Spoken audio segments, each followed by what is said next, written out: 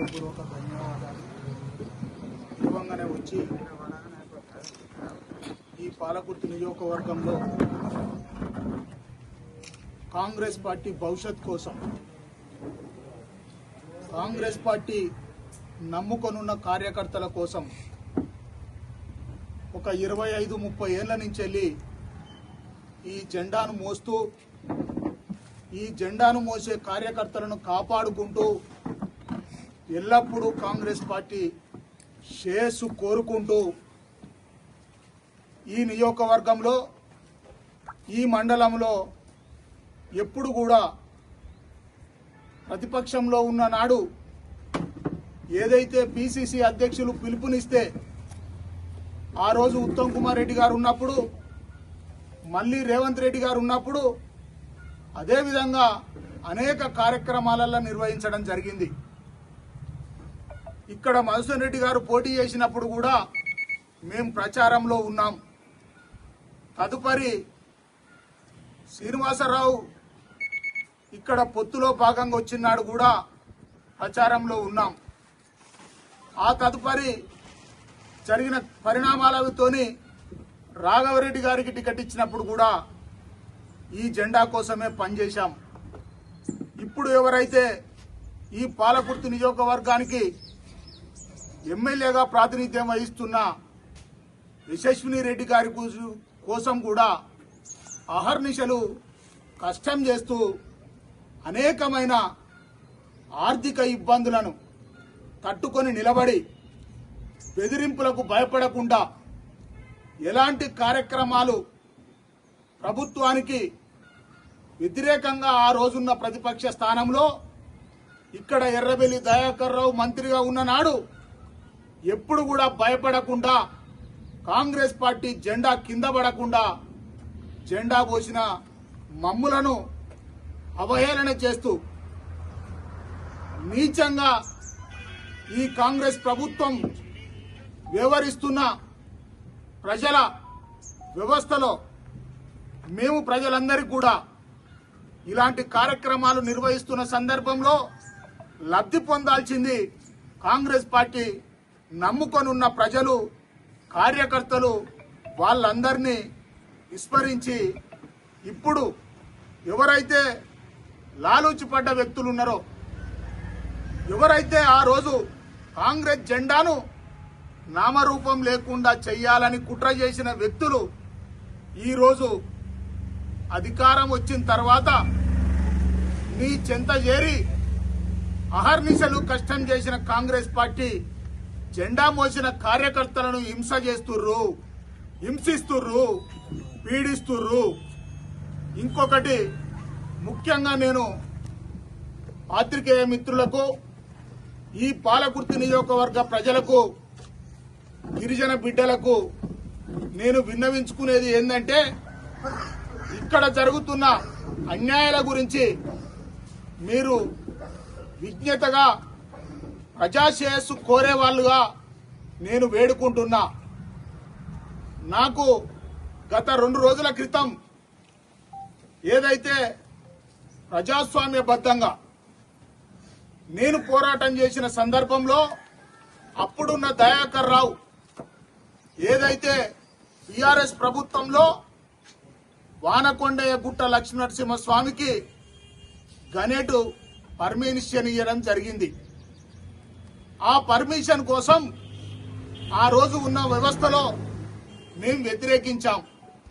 ఆ ప్రభుత్వాన్ని నిలదీశాం. ఆ ప్రభుత్వం తప్పులు చేస్తుంది, ఇక్కడ దయాకర్ రావు దోపిడీ చేస్తుండు అని చెప్పి ఏదైతే సాధారణ ఎలక్షన్లలో ఎమ్మెల్యే యశస్విని రెడ్డి చేతి గుర్తుకు ఓటయ్యనే సందర్భంలో వానకొండయ్య గుట్ట లక్ష్మీనరసింహస్వామిని కాపాడుకుంటామని చెప్పి ప్రతి గ్రామాన, ప్రతి మండలాన పాలకుర్తి నియోజకవర్గ కేంద్రంలో రేవంత్ రెడ్డి గారు ముఖ్యమంత్రి అవుతాడనే ఉద్దేశంతో ఆ రోజున్న పిసిసి అధ్యక్షులుగా వారు వచ్చిన బహిరంగ సభలో నేను ప్రజలందరికీ వివరించడం జరిగింది.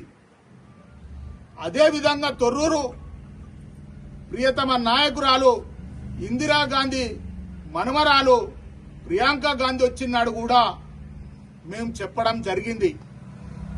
నేను చేసిన అన్యాయం ఏంది, నేను చేసిన దోపిడీ ఏముంది, ఈ దోపిడీ వ్యవస్థ నడవద్దన్నందుకేనా నాపై కక్ష సాధింపు చర్య? కాంగ్రెస్ పార్టీ నన్ను సస్పెండ్ చేయడానికి గల కారణాలేందో కూడా ఈ సంవత్సర కాలమైనా కానీ చెప్పలేదు. ఇంకొకటి, అక్కడొకరు నాయకులు పనికిరాని వాదనలు చేస్తారు. నన్ను కాంగ్రెస్ పార్టీ సస్పెండ్ చేసింది. మొత్తం డిస్మిస్ అనేది బహిష్కృత నేతగా నన్ను కాదు, నేను మళ్లీ తిరిగి కాంగ్రెస్ పార్టీకి వస్తాననే ఉద్దేశంతో కాంగ్రెస్ పార్టీని నమ్ముకున్న కార్యకర్తల బాగోగులు చూడడం కోసం నేను ఇన్ని రోజులు కూడా కాంగ్రెస్ పార్టీ కోసమే ఎదురు చూశాను, ఎదురు చూస్తాను. ఇది ముఖ్యంగా ఈ లెటర్ అనేది ఒకసారి ఆలోచించండి. నాకు ఎవరైతే ఈ రోజున్న ఈ కాంట్రాక్టరు నాకు ఒక లీగల్ నోటీస్ పంపడం జరిగింది. వానకొండే గుట్ట లక్ష్మీనరసింహస్వామిని ధ్వంసం చెయ్యకండి, గ్రానైట్ పేరుతో ఇచ్చిన ఏదైతే మీ పర్మిషన్లు రద్దు చేసుకోవాలన్న ఉద్దేశంతోనే నేను ఆ రోజు బహిరంగ సభలలో చెప్పాను. తదుపరి అధికారం వచ్చిన తర్వాత కూడా ఎమ్మెల్యే గారికి వివరించి చెప్పడం జరిగింది. మనము దోపిడీ చేసే వ్యక్తులం కాదు, మనని ప్రజలు ఎంచుకోవడానికి అక్కడ జరుగుతున్న అరాచకాలు, అక్రమాలు, దోపిడీలను ఎత్తి చూపెట్టాము, ప్రజల మనోభావాలను కాపాడుతామనుకొని చెప్పి మనకు ఓట్లేసారు. ఇక్కడ లెటర్ వచ్చింది. మరి నువ్వు వ్యతిరేకమైతే నీకు సపోర్ట్ చేసే వ్యక్తులు ఎవరైతే ఉన్నారో వాళ్లకు నోటీసులు పోకుండా నాకు నోటీసులు రావడానికి కారణం ఏంది? ఇక్కడ జరుగుతున్న ఈ పాలకుర్తి నియోజకవర్గంలో నేను చేసిన గుట్టకు గాని జరుగుతున్న వ్యవస్థను గాని వివరించి చెప్పడం తప్ప? ప్రజాస్వామ్యంలో ప్రజలు కోరుకునే విధానంగా ఆ గిరిజన బిడ్డలందరూ కూడా ఒక 17 తండాలు ఉంటాయి, 8 గ్రామ పంచాయతీలు ఉంటాయి ఆ గుట్ట చుట్టూ. అక్కడున్న గిరిజన బిడ్డలు బతకడం కోసం ఏదైతే కొందరు లాలూచి పడొచ్చు గాక, గిరిజన బిడ్డలారా, తాను నాయకు రైతాంగ సాయుధ పోరాటంలో దొరలకు వ్యతిరేకంగా పోరాడిన వారసత్వంలో ఉన్నాం మనం అందరం. ఎవరికో భయపడి ఎక్కడో ఏమో జరుగుతుందని చెప్పి మన సహజ వనరులను దోపిడీ చేయడానికి కొందరు కుట్ర పనితే ఆ కుట్రకు సపోర్ట్ చేసే నాయకులవలో నాయకురాలవలో ప్రజలందరూ గమనించాలి. ప్రజలందరూ కూడా ఈ వానకొండే గుట్ట లక్ష్మీనరసింహస్వామిని కాపాడుకోవడానికి ప్రయత్నం చేయాలి. ఎమ్మెల్యే గారు మొన్న ఒక 10 రోజుల కింద ఏదో ₹1 కోటి నేను గ్రాంట్ సాక్ష్యం చేసిన అని అన్నది. గుట్ట ముంగట్నేమో అభివృద్ధి అంటున్నావు, మరి గుట్టెనక తవ్వకాలు ఈ ఉత్తరాలేంది? మాకు వచ్చడం ఏంది, అక్కడ ఉన్నోళ్లకు రాకపోవడం ఏంది? అంటే వ్యతిరేకులం గుట్టను కాపాడేటోళ్లను బెదిరించి అదిరించి చేయడమే నీ లక్ష్యమా? ముఖ్యంగా ఝాన్సీ రెడ్డి ఈ పాలకుర్తి నియోజకవర్గంలో ఇన్ఛార్జి అని మొన్నటిదాకా చెప్పుకుంది. ఏ రకంగానో ఒక రకంగా ఒక పదవిని పరదేశస్తురాలు తెచ్చుకుంది. ఆ పరదేశ ప్రతిపక్షంలో ఉండి మేము కొట్లాడిన సందర్భంలో మమ్మున అవహేళన చేసిన, మమ్ముల కించపరిచిన వ్యక్తులు ఈ రోజు నీ దగ్గరికి వచ్చి చెట్టా పట్టాలు వేసుకొని తిరుగుతుండ్రు. జెండా మోసిన కార్యకర్తలు నలిగిపోతుర్రు, చాలా ఇబ్బందులు పడుతుర్రు, నరకాన్ని అనుభవిస్తుర్రు. తెచ్చుకున్న రాజ్యం ఒక రాక్షస రాజ్యం నుంచి విముక్తి కలిగిస్తే కానీ కొరివి దయ్యాల పాలైందనే విధంగా ఉంది మా పరిస్థితి. ఒక రాక్షస రాజ్యాన్ని సంవరిస్తే ఇప్పుడు కొరివి దయ్యాల పాలైందనేది ప్రజలు వాపోక ముందుకే మీరు మేలుకొని కాంగ్రెస్ పార్టీని కాపాడండి, కాంగ్రెస్ పార్టీని రక్షించండి అని అనేక మార్లు మేము మొత్తుకోవడం జరిగింది. ఎన్నిసార్లు చెప్పినా వాళ్ళ విధానంలో తేడా లేదు. నేను ఈ వానకొండ గుట్ట లక్ష్మీనరసింహస్వామికి ఆపినందుకు ₹1,20,00,000 కట్టాలి దండుగా అని చెప్పి ఒక ఉత్తరం పంపిర్రు. అదొక భాగం. రెండోది ఈ దేవరుపుల పరివాహక సంబంధించింది. అది గిరిజన బిడ్డల హక్కు, ఈ ప్రకృతి వనరులని కాపాడాలనేది ఒక భాగం. రెండోది ఈ దేవరుపుల మండలానికి సంబంధించిన వనరులు ఎక్కడైతే మనకు వానకొండ కోలుకొండ నుంచి కోలుకొండ గ్రామం నుంచి గొల్లపల్లి మునపాడు వరకు ఈ వాగు పరివాహక ప్రాంతం ఉంది. ఈ వాగు పరివాహక ప్రాంతంలో దయాకర్ రావు ఆయన అనుచరులు రాత్రిపూట ఇసుక దోపిడీ చేసేది, దొంగ వ్యవస్థను నడిపేది. ప్రతి అంశాన్ని నేను ఎత్తి చూపెట్టినా ఎప్పుడు కూడా కాంప్రమైజ్ కాకుండానే ఇసుకను కాపాడడం కోసం నేను ఎన్నిసార్లు ఈ నాయకులను పట్టుకొని ఈ కార్యకర్తలను పట్టుకొని వేల సార్లు నేను ఇదే దేవరుపుల పోలీస్ స్టేషన్లో ట్రాక్టర్లు లారీలు పట్టియడం జరిగింది. అప్పుడు రాత్రిపూట దొంగతనం చేసిన ఎవరైతే బీఆర్ఎస్ టీఆర్ఎస్ అధికారంలో ఉన్న నాడు వాళ్ళు వ్యవస్థ నడిపితే ఈరోజు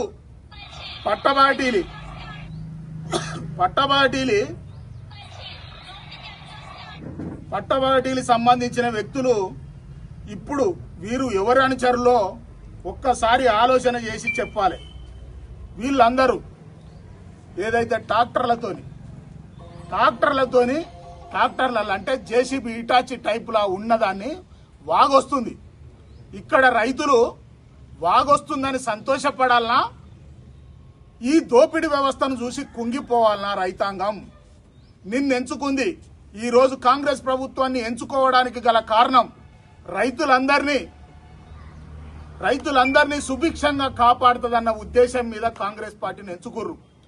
పైన ఉన్న కాంగ్రెస్ పార్టీ వేరు, ఈ పాలకుర్తులున్న కాంగ్రెస్ పార్టీ వేరుగా నడుస్తుంది.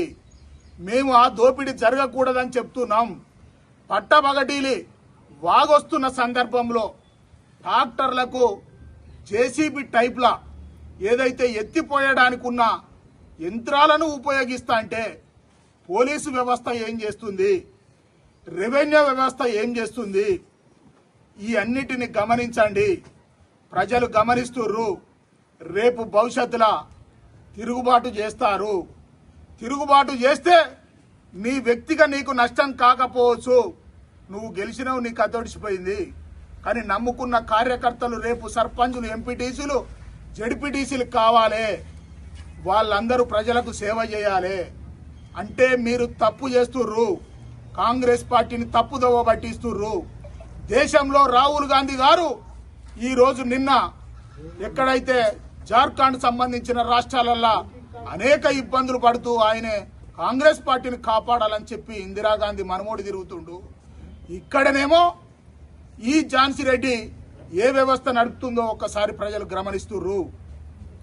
అదేవిధంగా ఇంకా ఎన్నో అవకతవకలు నడుస్తున్న విధానాన్ని మేము వ్యతిరేకిస్తున్నాం, మేము ఖండిస్తున్నాం. ముఖ్యంగా రేపు జరగబోయే స్థానిక సంస్థల ఎన్నికలలో కాంగ్రెస్ పార్టీ జెండా మోసిన కార్యకర్తలు కాక ఏ ఒక్కరికి కూడా కాంగ్రెస్ పార్టీ అధిష్టానం నుంచి టికెట్ రాకూడదు. వస్తే తీవ్రమైన పరిణామాలు ఉంటాయి. ఖచ్చితంగా మేము ఇండిపెండెంట్ అభ్యర్థులను నిలబెట్టి, నేను ఆర్థికంగా 10 సంవత్సరాలలో ఎంతో నష్టపోయినా అది కేవలం పార్టీ భవిష్యత్తు కోసం, పార్టీ పైకి రావడం కోసం ఖర్చు చేసిన, రేపు జరగబోయే స్థానిక ఎన్నికలలో మళ్లీ ఇంతకు రెట్టింపు ఖర్చు పెట్టి నన్ను నమ్ముకొని కాంగ్రెస్ పార్టీ జెండా కోసం పనిచేసిన కార్యకర్తలకు నేను చేదోడు వాదోడుగా ఉంటూ ప్రజల పక్షాన నిలబెట్టి, ప్రజల తరపున నిలబడి నేను గెలిపించుకోవడం జరుగుతుంది. ఇప్పటికి కూడా హెచ్చరిక చేస్తున్నాం. కాంగ్రెస్ పార్టీని మేము వీడాలంటే మా మనసు ఒప్పుకోవడం లేదు. ఎందుకు అనంటే మా తాతలు, తండ్రులు, మేము, మా కొడుకులు కూడా ఈరోజు బడికెళ్లే పిల్లలు కూడా ఆ కాంగ్రెస్ జెండా వచ్చిన ఒక వాట్సాప్ కానీ ఒక ఫేస్బుక్ లో వస్తే అదో రకమైన ఫీలింగ్ ఉంటది. అట్లాంటి కుటుంబం నుంచి ఉన్న ఇక్కడున్న ఈ 100 మంది కార్యకర్తల భవిష్యత్తు అది. కాబట్టి ఆ భవిష్యత్తును ముందు తరానికి అందియడం కోసం ఇక్కడ ఒక చరిత్ర కూడా ఉంది. ఈ పాలకుర్తి నియోజకవర్గానికి అన్నలందరికీ కూడా నేను విన్నవించుకుంటున్నా, ఈ పాలకుర్తి నియోజకవర్గ ప్రజల కాంగ్రెస్ పార్టీ కార్యకర్తలకు, నాయకులకు, ప్రజలకు ముఖ్యంగా ఇక్కడ తిరుగుబాటునే కోరుకుంటారు. ఇక్కడ దొడ్డి కొమరయ్య ఏదైతే గొల్ల కుర్మ సామాజిక వర్గానికి సంబంధించిన వ్యక్తి వీర పోరాటం చేసి తెలంగాణ సాయుధ పోరాటంలో మొట్టమొదటి అమరుడయ్యిండు. అదేవిధంగా ఏదైతే మైనార్టీకి సంబంధించిన ఉన్న షేక్ బందగి న్యాయం కోసం, భూమి నాది అనడం కోసం కోర్టులో న్యాయాన్ని గెలిచి వచ్చిన వీరుడు షేక్ బందగి అని చెప్తున్నాం. అదేవిధంగా సాకల ఐలమ్మ ఏదైతే రజక బిడ్డ అయి ఉండి, సాకల ఐలమ్మ మహిళలందరూ కూడా గమనించాలి. ఇక్కడ మహిళలందరూ కూడా సాకల ఐలమ్మ వీరత్వాన్ని సాటి చెప్పడం కోసం ఈ తెలంగాణలో భవిష్యత్తులో ప్రజాస్వామ్యాన్ని కాపాడడం కోసం మహిళలందరూ సాకల ఐలమ్మ లెక్క వీర పోరాటం చేయాలి. అదేవిధంగా ఠాను నాయక్ ఎవరైతే గిరిజన బిడ్డలుండ్రో అట్టడుగు వర్గానికి సంబంధించి భూమితో పోరాటం చేసి పంట పండించే గిరిజన బిడ్డలు నా హక్కు నాదని చెప్పి ఠాను నాయక్ పోరాటం చేసి దేశముఖుల మీద పోరాటం చేసిన వ్యక్తిగా చరిత్రలో నిలిచిన ఈ గిరిజన బిడ్డలు కూడా చరిత్ర తెలుసుకొని ఆ వీరత్వాన్ని చాటి చెప్పాలి. అదేవిధంగా ఇక్కడ ఎస్సీ, ఎస్టీ, బీసీ, మైనార్టీకి సంబంధించిన వ్యక్తులే కాదు, ఇక్కడ ఎంతో మంది పద్మశాలికి సంబంధించిన వ్యక్తి కూడా ఎవరైతే నల్ల నరసింహులు ఉన్నాడో ఆ పద్మశాలికి సంబంధించిన బిడ్డ కూడా పోరాటం చేసి కమ్యూనిస్టులతో సహా ఇక్కడ ప్రజాస్వామ్యాన్ని కాపాడిన వ్యక్తులు ఇక్కడ ఈ గడ్డ మీద ఉర్రు. ఈ గ్రామానికి సంబంధించిన బంధుత్వం ఉన్న మల్లు స్వరాజ్యం ఎవరైతే రెడ్లు అనుకుంటారొచ్చు, మేము రెడ్లకు వ్యతిరేకమనే మాటలు మాట్లాడిన వాళ్ళకు కూడా చెప్తున్నాం. మల్లు స్వరాజ్యం గాని, భీమిరెడ్డి నరసింహారెడ్డి గాని, పుచ్చలపల్లి సుందరయ్య గాని అట్లాంటి కమ్యూనిస్టు యోధులను ఈ గడ్డ కాపాడుకున్న గడ్డ. అంటే రేపు భవిష్యత్తులో కూడా ఈ ప్రజాస్వామ్యంలో ప్రజలు ఎన్నుకోబడ్డ విధంగానే మమ్ములందరినీ ఎవరైతే మేము ఇండిపెండెంట్ గా ఉంటామని చెప్తున్నామో ఆ ఇండిపెండెంట్ గా ఉండే వ్యక్తులను కాపాడుకోవాలని వేడుకోవడం జరుగుతుంది. ఇంకొక ముఖ్యమైన విషయం, ఇక్కడ ఈ పాలకుర్తి గడ్డ మీద కాంగ్రెస్ పార్టీని వదిలిపెట్టాలని చెప్పి, కాంగ్రెస్ పార్టీ నుంచి వెళ్లిపోవాలని చెప్పి ఎన్నో నీచమైన ప్రయత్నాలు చేస్తున్న వారికి హెచ్చరిక చేస్తున్నాం.